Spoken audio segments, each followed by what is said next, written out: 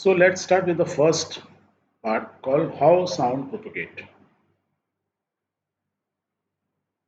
So let's see, we have an object और ये object vibrate कर रहा है. एज अ रिजल्ट ये जो भी मीडियम के अंदर है उसके अंदर उसके जो मॉलिक्यूल हैं दे आल्सो स्टार्ट वाइब्रेटिंग. और हमने क्या सीखा था कि ये सब फिजिकली हिट हो रहा है, एक दूसरे को मॉलिक्यूल्स हिट कर रहे हैं. ये जो आर्म जो वाइब्रेट कर रही है ये इन मॉलिक्यूल को हिट कर रही है, मॉलिक्यूल ने अगले मॉलिक्यूल के, इस तरीके से ये वाइब्रेशन आगे ट्रेवल कर रहा है. तो ये जो चीज, जो फर्स्ट चीज जो वाइब्रेट कर रही है उसको क्या बोलते हैं हम? सोर्स. अब ये सोर्स एक स्पीकर भी हो सकता है, राइट, क्योंकि ये साउंड वेव है.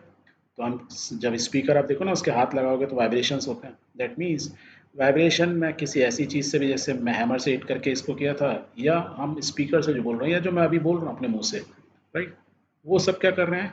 जो मीडियम है, जो भी हमारा मीडियम है, वो एयर है या कुछ भी है, उसके मॉलिक्यूल्स को वाइब्रेट कर रहा है. और इस मीडियम को हम क्या बोलते हैं? मैटर या सब्सटेंस. हर चीज़ को हम बोलते हैं ना मैटर है या सब्सटेंस है, या टेक्निकल वर्ड में बोले वी से मीडियम. मीडियम क्या क्या हो सकते हैं? सॉलिड, लिक्विड या गैस. एंड जहाँ से ये वाइब्रेशन या जो चीज़ें जनरेट हो रही हैं जिसकी वजह से मीडियम के जो सब्सटेंस मॉलिक्यूल्स हैं वाइब्रेट कर रहे हैं, उसको बोलते हैं सोर्स. या बोला जाता है इसको पॉइंट ऑफ जनरेशन, कि ये हमारा पॉइंट ऑफ जनरेशन है, यहाँ से जनरेट हुई है, वाइब्रेशन स्टार्ट हुआ. एज अ रिजल्ट सारा मैटर वाइब्रेट करने लगा, या मीडियम के मॉलिक्यूल्स वाइब्रेट करने लगे. एंड हमने इसमें एक चीज़ और देखी है, देखो ये सब वाइब्रेट कर रहे हैं तो there is a direction. That means source से हमने ये वाइब्रेट किया, that means energy is transferring in this direction. और वो एनर्जी कहाँ जाती है? एक रिसीवर के पास. रिसीवर को क्या बोलते हैं हम? लिसनर. क्योंकि हम साउंड की बात करेंगे तो हम कहेंगे कौन सुन रहा है? वो कोई भी हो सकता है, आप हो सकते हैं, या कोई एनिमल हो सकता है जो हमसे ज़्यादा अच्छा सुनता हो. दैट मीन्स साउंड के लिए एक सोर्स होना जरूरी है. That mean point of generation और उसकी एक डायरेक्शन होती है. It required a medium and we must have a listener और अ रिसीवर. तब हम बोलेंगे कि हमारी साउंड सोर्स से इस डायरेक्शन में आपको रिसीवर ट्रेवल कर रही है, इस तरीके से प्रोपोगेट कर रही है इस डायरेक्शन में. अब होता क्या है यदि हम मीडियम को समझें? तो हमने क्या बोला था, और ये हमने पिछले क्लास में समझा भी था, कि बेसिकली एक तरह से समझें कि कोई भी सॉलिड, लिक्विड, गैस हो, उसके वो क्या एटम से, मॉलिक्यूल से बना होता है. और वो सब मान के चलो एक स्प्रिंग से, मीन्स इनके बीच में एक रिश्ता होता है, एक फैमिली की तरह रहते हैं, और इनमें बॉन्डिंग होती है, राइट. फोर्स ऑफ अट्रैक्शन होता है, कोई मॉलिक्यूल दूर रहना नहीं चाहता. तो हमने यहाँ पे इसको इस फोर्स ऑफ अट्रैक्शन को क्या दिखाया? स्प्रिंग से दिखा दिया. यदि हमने ये भी सीखा था कि यदि मैं किसी भी पकड़ के खींचता हूँ एक तरफ, और यदि मैं उसको छोड़ देता हूँ, तो वो क्या होगा? अपनी पोजीशन से फिर वापस चला जाए, क्योंकि ये सब खींच रहे हैं इसको. तो एज अ रिजल्ट क्या होगा? किसी भी मॉलिक्यूल को ना वो अपनी पोजीशन में क्या करेगा? वाइब्रेट करेगा. And that is what exactly here happening. Means यदि मैं एक इंडिविजुअल मॉलिक्यूल को देखूं, तो वो अपनी जो ओरिजिनल पोजीशन थी, जब मैंने उसको पुल किया या छोड़ दिया, तो वो अपने पोजीशन में क्या हुआ? वाइब्रेट करने का. तब तक वाइब्रेट करता रहेगा जब तक उसकी एनर्जी खत्म नहीं हो जाएगी, तो थोड़ी देर तक वाइब्रेट करता रहेगा. यहाँ क्या हो रहा है? देखो ये कंटिन्यूस वाइब्रेट कर रहा है, या ये स्पीकर कंटिन्यूस बोल रहा है. एज अ रिजल्ट ये सारे मॉलिक्यूल्स क्या है? वाइब्रेट कर रहे हैं. तो सेंट्रल लाइन के अगेंस्ट कहीं दूर नहीं जा रहे हैं. थोड़ी दूर मैं खींचा था देखो पुल करके, वो राइट तक गया, जैसे ही मैंने छोड़ा तो वो देखो लेफ्ट में गया, और फिर इस सेंट्रल लाइन जो उसके ओरिजिनल पोजीशन के अगेंस्ट वाइब्रेट कर. बैक क्यों आ जा रहा है? क्योंकि उसके जो रिमेनिंग भाई बंधु हैं उसको वापस खींच ले रहे हैं अपनी पोजीशन पे. क्लियर? दैट मीन्स ये जो मेरा पार्ट है, या यहाँ जो ये वाइब्रेट कर रहे हैं, तो ये आगे नहीं जा रहे हैं, वो अपनी पोजीशन के अक्रॉस जस्ट वाइब्रेट कर रहे हैं. अब और समझने के लिए यदि हम दोबारा देखें, तो ये हमारा जो सोर्स है, इस पे मैंने क्या किया था? इसको हिट किया था तो ये वाइब्रेट करने लगा. वाइब्रेशन से क्या हुआ? दैट मीन्स मैंने इस पे फोर्स लगाया फिजिकल, और इसके फोर्स से क्या हुआ? ये मॉलिक्यूल्स में ताकत आई. जब मैं किसी चीज़ पे फोर्स लगाता हूँ, हमने पढ़ा था ना मोशन के अंदर, जब किसी पे फोर्स लगाऊंगा तो वो जो क्या होगा? इसका कुछ मास होगा मॉलिक्यूल का, तो ये में एस्केलेरेशन डिस्कलेरेशन होगा. और ये वाइब्रेट क्योंकि दोनों डायरेक्शन में चलता है, तो इधर वाले मॉलिक्यूल पे फोर्स लग रहा है, और बैक में जब आ रहा है इधर भी लग रहा है. क्लियर? तो जब मैंने किसी मास पे मॉलिक्यूल के एटम के ऊपर फोर्स लगाया तो उसमें क्या हुआ? एस्केलरेशन आएगा. एंड देन फिर क्या हुआ? डिस्कलरेशन होगा. इस केस में हो रहा है. क्यों डिस्कलरेशन हुआ? एस्केलेशन तो इस वाइब्रेशन की वजह से. डिस्कलरेशन क्यों हुआ? ये वापस क्यों आ गया अपनी पोजीशन पे? क्योंकि ये हर मॉलिक्यूल में एक दूसरे का फोर्स ऑफ अट्रैक्शन होता है. एज अ रिजल्ट क्या हुआ? अब अपनी पोजीशन में इस, ये बार बार धक्का इधर लगा रहा है, ये वापस आ रहा है, तो इस तरीके से वाइब्रेट करेगा. पर ये फोर्स यदि मैं कंटिन्यूस लगाऊंगा तभी ये चीज़ें बार बार वाइब्रेट ऐसे आगे पीछे होंगी, अदरवाइज क्या होगा, जैसे एक ब्लास्ट में होता है, वन टाइम इंसिडेंट हुआ, ब्लास्ट हुआ, बुम, तो उसने क्या हुआ, आगे वाले पार्टी को एनर्जी ट्रांसफर की, उसने अगले और आगे वाले में फिजिकली ट्रांसफर की, उसने और आगे में की, और कुछ देर बाद ये सारी वेव्स जनरेट हुई और खत्म हो गई। तो हम क्या बोल सकते हैं कि जब भी साउंड ट्रेवल करती है तो ये जो नीली लाइन दिख रही है, और यहाँ देखो अभी भी हो रहा है यहाँ पे कुछ चीज़ें, ठीक है, इधर वाला लेफ्ट वाला रुक गया, उसको भूल जाओ। तो ये क्या हुआ, it's is creating a wave. तो वेव बेसिकली क्या है, it is disturbance that moves through a medium.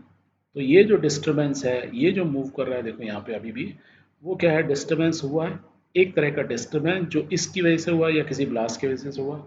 तो wave is created. So basically wave is a disturbance. Otherwise बेचारा शांत बैठा रहता, सारे मॉलिक्यूल्स को प्रॉब्लम नहीं थी, शांति से बैठे थे। क्योंकि आपने इसने हैमर मारा तो ये वाइब्रेट हुई, ये वाइब्रेट हुई, तो सब हिलने लगे। सो वेव इज क्रिएटेड। तो वी से a wave is a disturbance that moves through a medium when the particles of the medium set neighboring particles into motion। क्योंकि हम क्या देखा था, जब मैंने इसको पुल किया तो ये सब वापस खींचे थे, तो सारे डिस्टर्ब हुए, पूरी फैमिली डिस्टर्ब हो गई। एक को डिस्टर्ब करने से वेव जनरेट हो गई, डिस्टर्बेंस क्रिएट होगा, we call it a wave, technical term में। एंड ये वेव किस टाइप की थी, we call it a mechanical wave. Why mechanical, मैंने फिजिकल फोर्स लगाया है, देखो मैं ये जो जो भी इंस्ट्रूमेंट है ये हो, या सोर्स मेरा एक स्पीकर हो, राइट, तो मैं क्या कर रहा हूँ, या मैं अभी बोल रहा हूँ तो मेरी आवाज़ से उसमें एनर्जी है, वो एनर्जी से मैं मॉलिक्यूल को फिजिकली हिट कर रहा हूँ। और ये हमने प्रीवियस क्लास में देखा था ना, फॉग को जब तक मैं पानी से टच नहीं करूंगा पानी हिलेगा नहीं, या वो टेनिस बॉल हिलेगी नहीं, राइट। तो मीन्स मैं फिजिकली कर रहा हूँ, तो it is a mechanical thing. तो जो भी चीज़ फिजिकली होती है उसको मैकेनिकल बोलते हैं।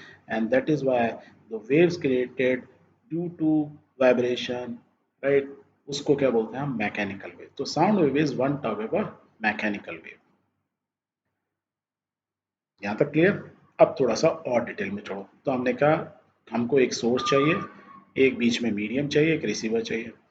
सोर्स में क्योंकि एनर्जी होती है, तो वो इस मीडियम से ट्रेवल करेगी, और उसका डायरेक्शन ऑफ मोशन क्या होगा, from source to receiver.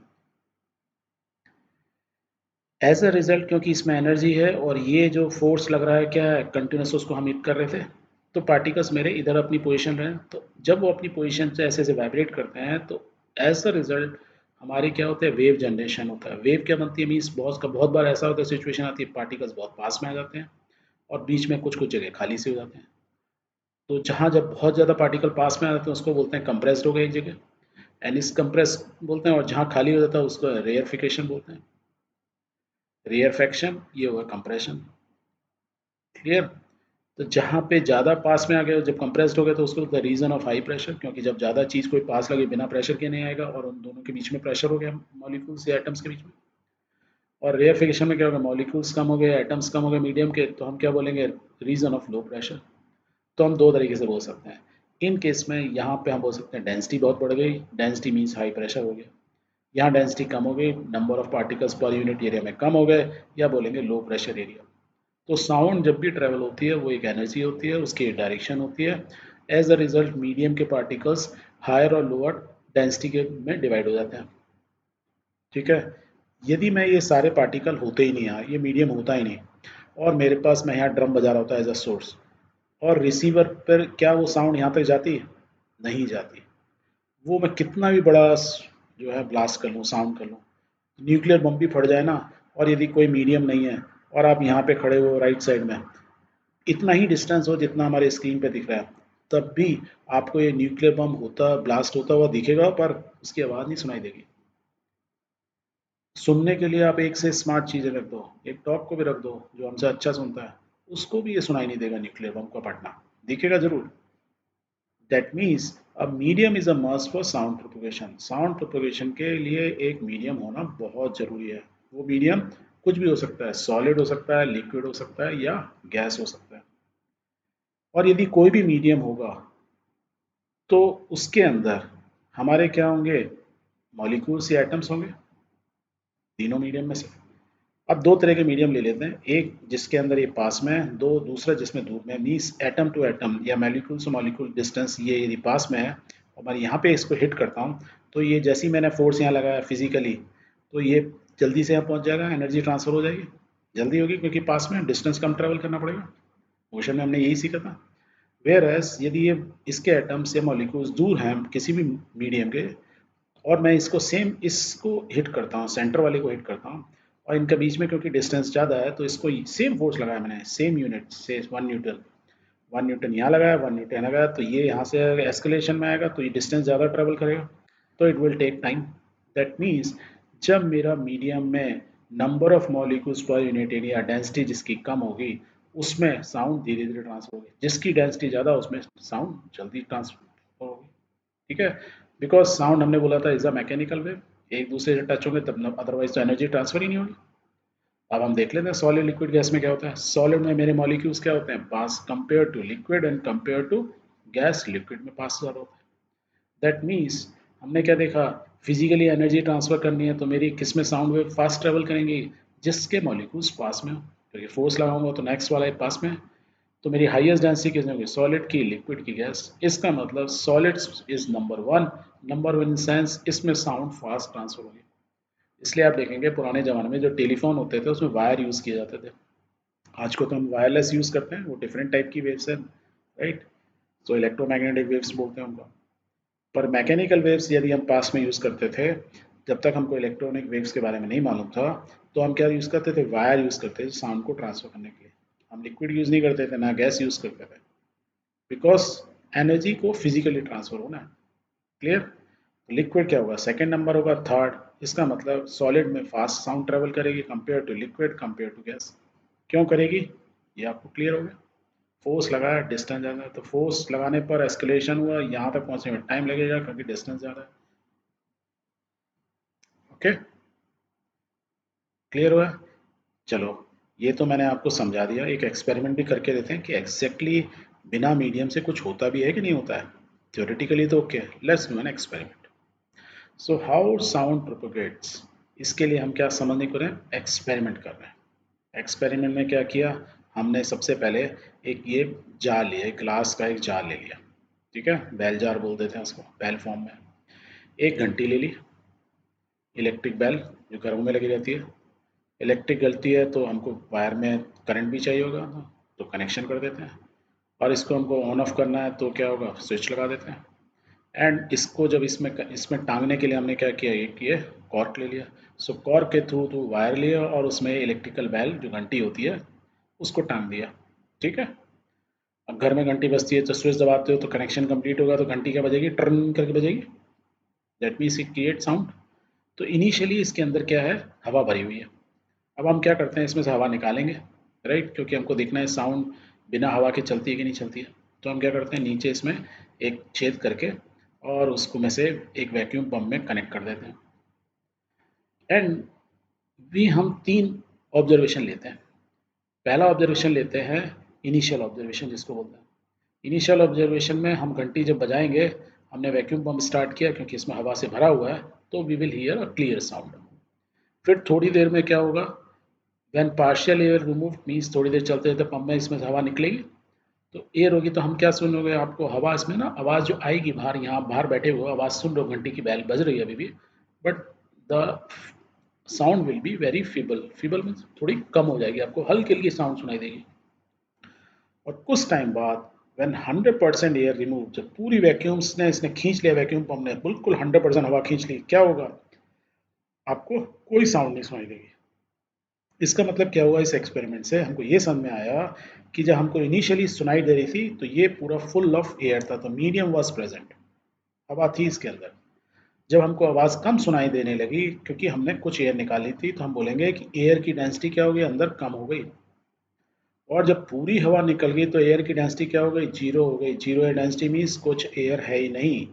If there is no air that means we can say there is no medium. तो हमने इस एक्सपेरिमेंट से क्या सीखा, जब कोई मीडियम नहीं था, 100% हवा निकली, तो कोई साउंड भी आप सुन नहीं रह पा रहे थे। And that is what we said कि साउंड को प्रोपोगेट होने के लिए मीडियम की जरूरत है। क्यों जरूरत है, क्योंकि sound wave is a mechanical wave.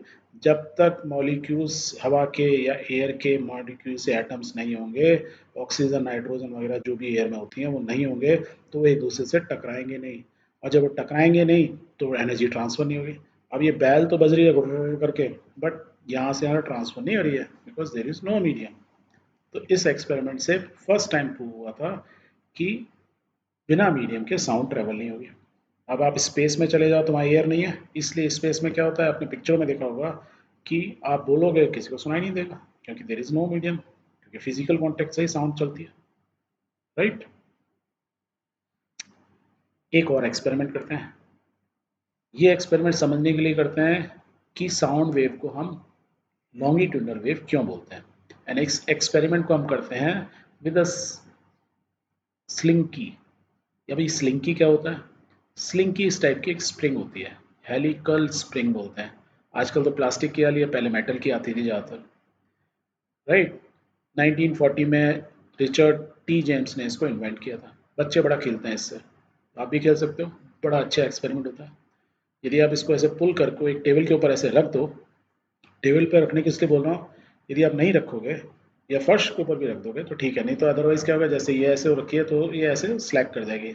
Hang करोगे तो इतना लंबी खींचोगे तो लटक जाएगी। अब इसको आप टेबल पे इस तरीके से रख लो।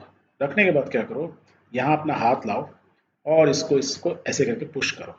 That means you are applying a force in this direction along the length of this spring.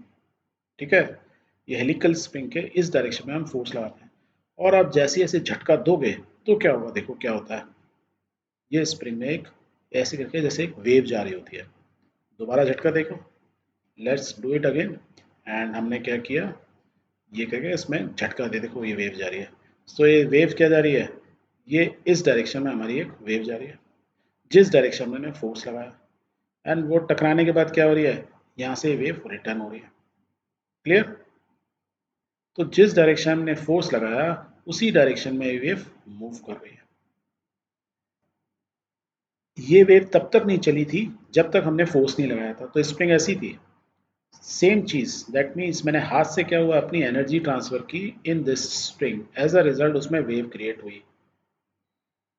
वही चीज हमने इस एक्सपेरिमेंट की थी जहां हमने हैमर से हिट किया था, तो उस वाइब्रेशन से मॉलिक्यूल्स हिलने लगे थे।